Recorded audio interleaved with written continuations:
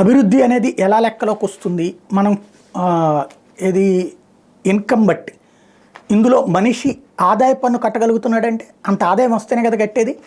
ఆదాయ పన్నుకు సంబంధించి ఆంధ్రప్రదేశ్లో మహిళలు భారతదేశంలోనే టాప్ 4 అంటే ఆంధ్రప్రదేశ్ అభివృద్ధిలో ఉందో లేదో చూసుకోవాలి. మన తర్వాతకి తెలంగాణ వెళ్ళింది. వాస్తవంగా కేరళ, తమిళనాడు, కేరళ ఫస్ట్లో ఉంది 22.26% మంది ఐటీ రిటర్న్లు దాఖలు చేశారు మహిళలు. తమిళనాడు ఆ తర్వాత ప్లేస్లో ఉంది 21.15%. పంజాబ్ థర్డ్ ప్లేస్లో ఉంది 16.9%. పశ్చిమ బెంగాల్ ఫోర్త్ ప్లేస్లో ఉంది 16.9%. ఆంధ్రప్రదేశ్ 15.2తో 5వ స్థానంలో ఉంది. అదే సందర్భంలో తర్వాత తెలంగాణ 6వ స్థానం ఉంది 15.19%. ఢిల్లీ 14.16%. ఆ తర్వాత స్థానం కర్ణాటక, ఆ తర్వాత గుజరాత్, మహారాష్ట్ర, ఆ తర్వాత ఛత్తీస్గఢ్, ఆ తర్వాత హర్యానా లాస్ట్లో ఉంది 10వ స్థానంలో ఉంది. మహిళలకు సంబంధించినటువంటి వరకు 2022-23 ఆర్థిక సంవత్సరంలో వ్యక్తిగత ఆదాయ పన్ను చెల్లించే మహిళలు దేశంలో ఆంధ్రప్రదేశ్ 4వ స్థానం ఉంది. తొలి 3 స్థానంలో కేరళ, తమిళనాడు, పశ్చిమ బెంగాల్, పంజాబ్ అని దేశం మొత్తం వ్యక్తిగత ఆదాయ పన్ను చెల్లించే మహిళల శాతం కన్నా ఆంధ్రప్రదేశ్లో ఎక్కువగా ఉంది.